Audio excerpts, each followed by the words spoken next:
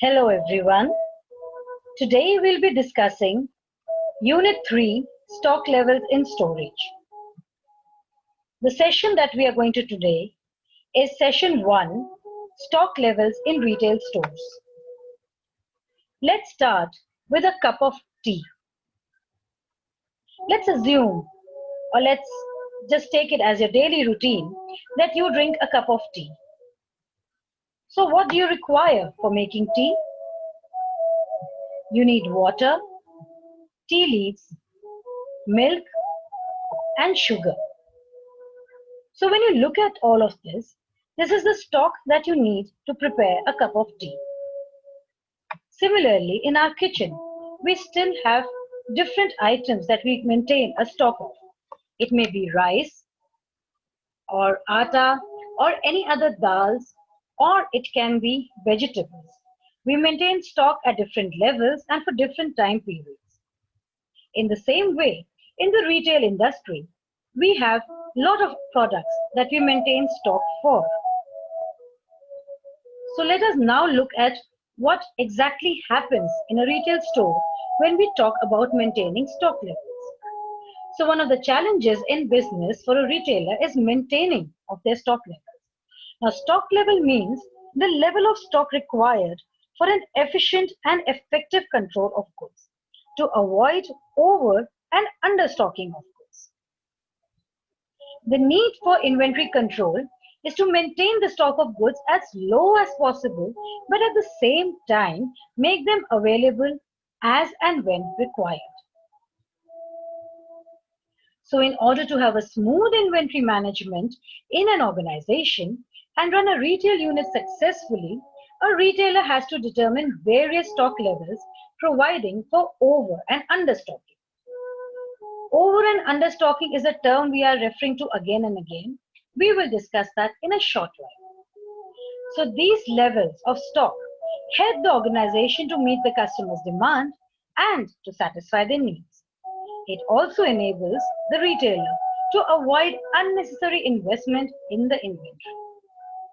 So overstocking and understocking, you have to find, as a retailer, you have to find a balance between the two. You cannot be understocking, you cannot be overstocking. You need to find the right balance. So when we talk about stock level, what do we mean?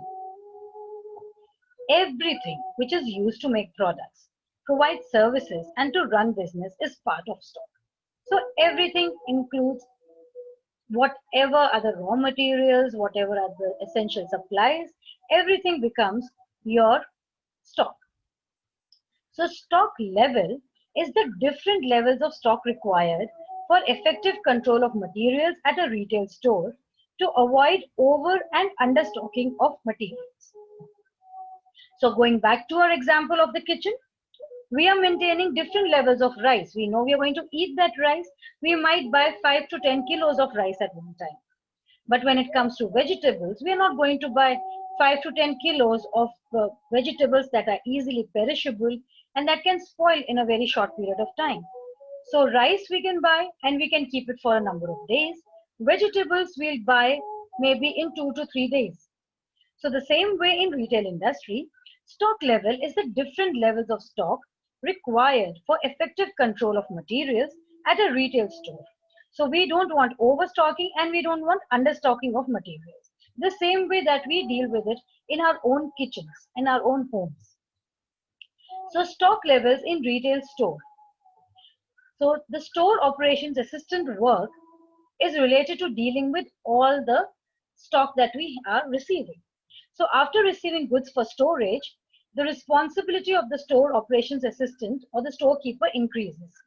The store operation assistant has to constantly observe the stock levels of various goods. So in the retail store, the store operation assistant has to be very careful. There should not be any stock which is lower than what it should be, and it should not be over exceeding the limits that we have set for it. So we should not have over or understocking which are dangerous for the retail organization. So understocking means that we have got less stock than what is required. It may lead to dissatisfaction of customers owing to non-supply of goods on time. Also, it may lead to the customers going to some other retailer where they can find those products. And overstocking could result in increased stocks of inventory, which will ultimately lead to an increase in the cost of storage, insurance, chances of obsolescence, spoilage, theft, etc. So if you are stocking on goods which are not getting sold that quickly, you will end up finding that they're becoming outdated, that they're becoming old stock, as they say. And there are chances that it may spoil while it is being stored, or you might need to have insurance to make sure that it is kept safely. And of course, your cost of storage also increases because you need the space. You might need to rent it. You might need to keep it at temperature controlled areas. So all these things could be very difficult if you end up with stock overstocking, which is more than the stock that you need. So it becomes necessary to maintain a suitable stock level of all types of goods. So we're talking of types of stock levels now. So what do we mean by types of stock levels? There are four types of stock levels. So the first one we are looking at is minimum stock level. So it is the minimum level of goods that should be maintained by the retailer to avoid customer dissatisfaction. We already discussed that if the customer is not happy, they will end up going to some other retailers, or they might be dissatisfied with us so much so that they will refuse to come to us again. So if the stock in retail store is less than the minimum level, then the retailer should immediately order the goods. So when the stock goes below the minimum level, then it is called understocking. So here we have a definition of understocking. Whenever the stock goes below the minimum level of stock required, then it is called understocking. So next we are looking at maximum stock level. This is the maximum level of goods that is maintained by a retail store. So beyond this level, the retailer should not order any more goods because it is increasing the carrying cost. As we just discussed, it increases our cost of storage. It can lead to obsolescence or the stock getting old and outdated, and theft and insurance. All these problems arise. So beyond the maximum level, we should not maintain any products. And when the stock increases or crosses over the maximum stock level, it is called overstocking. So let us look at an example. I'm sure you have dealt with water tanks. Same way we have an inventory storage tank here. So let's come back to our example of a water tank. Supposing you have started letting in the water to fill the tank. What will happen after a point? It will go on filling and filling and filling, and then it will overflow. So you have to stop the water flowing into the tank at some particular point. And that is the maximum inventory level if you're looking at inventory. That is the level where you stop things from overflowing. The same way, you want water coming out of the tank. So you have kept it at a level till which the tap can get water from the tank. So at this level, you will call it the minimum inventory level. At this level, you're still getting the last drops of water from the tank. So that will be your minimum inventory level. Or it can also be called a buffer stock. And similarly, before you want that tank to totally empty out, you have a specific level set, which is called the reorder level. So when the quantity of goods reach a certain level, then a fresh order is sent to procure new products. The retailer places an order before the goods reach a minimum level. So minimum level is that level that is the minimum possible. So you don't want to go to that level. You will find you are losing customers at that level. So you have a reorder level a little higher than that. So it is just that you get your stock ordered before you come to the minimum level, so that you have time to sort of get your stocks replenished as well as be able to deal with your expected customers. Danger level. This is the level that we have to avoid. If the stock reaches danger levels, then immediate action has to be taken. Why? Because you are going to lose customers at this level. You have absolutely no stock. So what happens here? You are incurring additional cost because you want the required goods. So it might be that at some point you could have procured the goods at the least possible cost, but because you are now at the danger level, you either cannot continue with the production or your sales are suffering. You have to suffer additional cost to be able to replenish your stock. So this is the level that you have to avoid. So how do we check our stock levels? We have been talking about different levels, that we got minimum level, reorder level, maximum, and we have got a danger levels. How do we check our stock levels? So any business that holds a stock of items for sale, whether for general public or other businesses, keeps an accurate record of all the items in hand. So it might be that it is a retailer dealing with customers. It might be a wholesaler dealing with other retailers. It might be any business dealing with another business or a customer. They have to keep an accurate record of all the items in hand. The stock levels, also called inventory, can be checked by using a variety of methods. We can use a stock ledger, or we can use a bin card, or we can use a computerized system as well. Let us look at each one of them one by one. So stock ledger keeps the information of stock and the amount of stock or inventory. It also helps in calculating the percentages of vendor pricing, sales, and profits. So it looks something like this.